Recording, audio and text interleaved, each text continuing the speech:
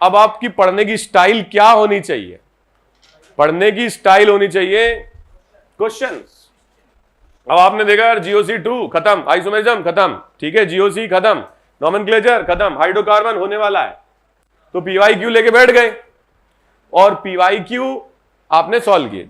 जब भी कोई टेस्ट आता है बच्चे नोटबुक लेके बैठ जाते हैं, नोटबुक ये page number 1, page number 2, page number 3, sir line to line याद है सर, सब कुछ याद तो है ही, क्योंकि लिखा आपने है तो याद तो रहेगा ही, लाइन टू लाइन याद रहेगा, एक एक 2-2 बार 10-10 बार पढ़ चुके हो, जाने कितने टेस्ट दे चुके हो।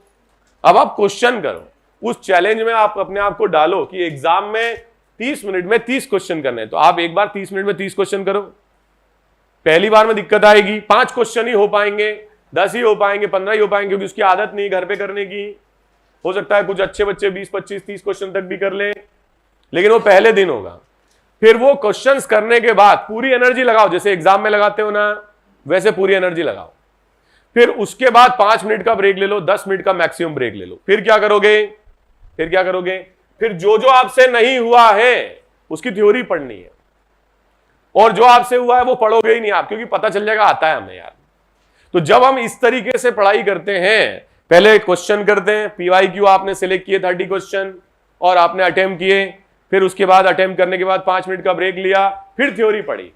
तो हम वो पढ़ते हैं जो हमें नहीं आता है, और जब हम ऐसे ही पढ़ना शुरू कर देते हैं बिना क्वेश्चन किए, तो वो हम पढ़ते हैं वो जो हमें आता है। हम कन्विंस्ड होते हैं ये आता है, ये आता है। आप बात को समझ रहे हो?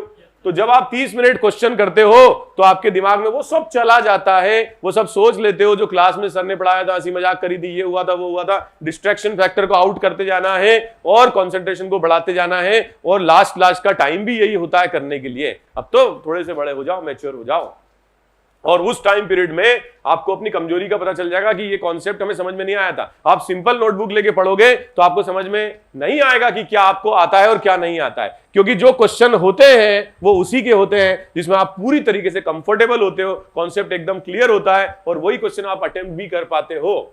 वो क्वेश्चन आप अटेम्प्ट भी नहीं कर पाते हो, या वो क्वेश्चन गलत हो जाते हैं जिसका कॉन्सेप्ट क्लियर नहीं होता है।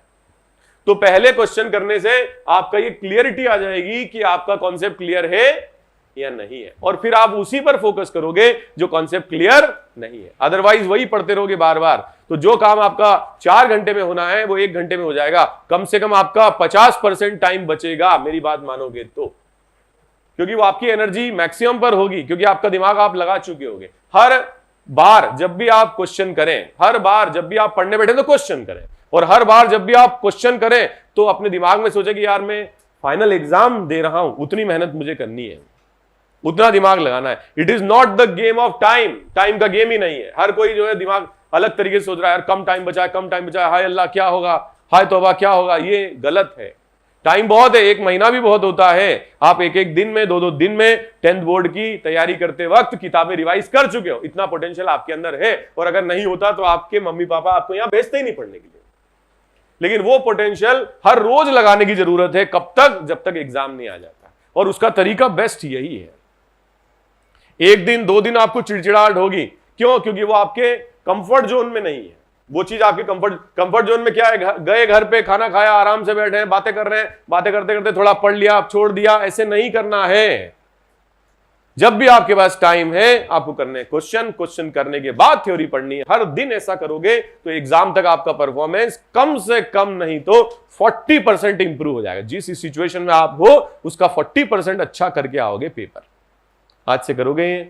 ऐसे सिंपल क्वेश्चन नहीं करना है और ऐसे सिंपल थ्योरी नहीं पढ़नी आप, वो टाइम निकल गया, बहुत कर लिया आपने। एग्जाम है ये क्या है? ये कोई पढ़ाई नहीं है, पढ़ाई नहीं रह गई, अब ये लड़ाई बन चुकी है।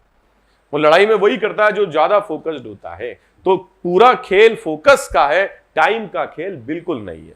मेरे हिसाब से सफिशिएंट टाइम है आपके पास। अगर आप ऐसी प्रैक्टिस करते हो तो सफिशिएंट टाइम है। हर टॉपिक के 3 दिन तक क्वेश्चन करने हैं, 30 फिर 30 फिर 30, कितने हो गए? 90।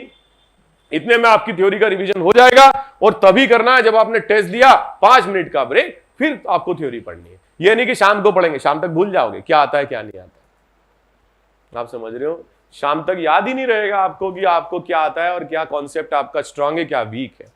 उसी समय करना है और फिर आप अगला टॉपिक पर आ जाओ।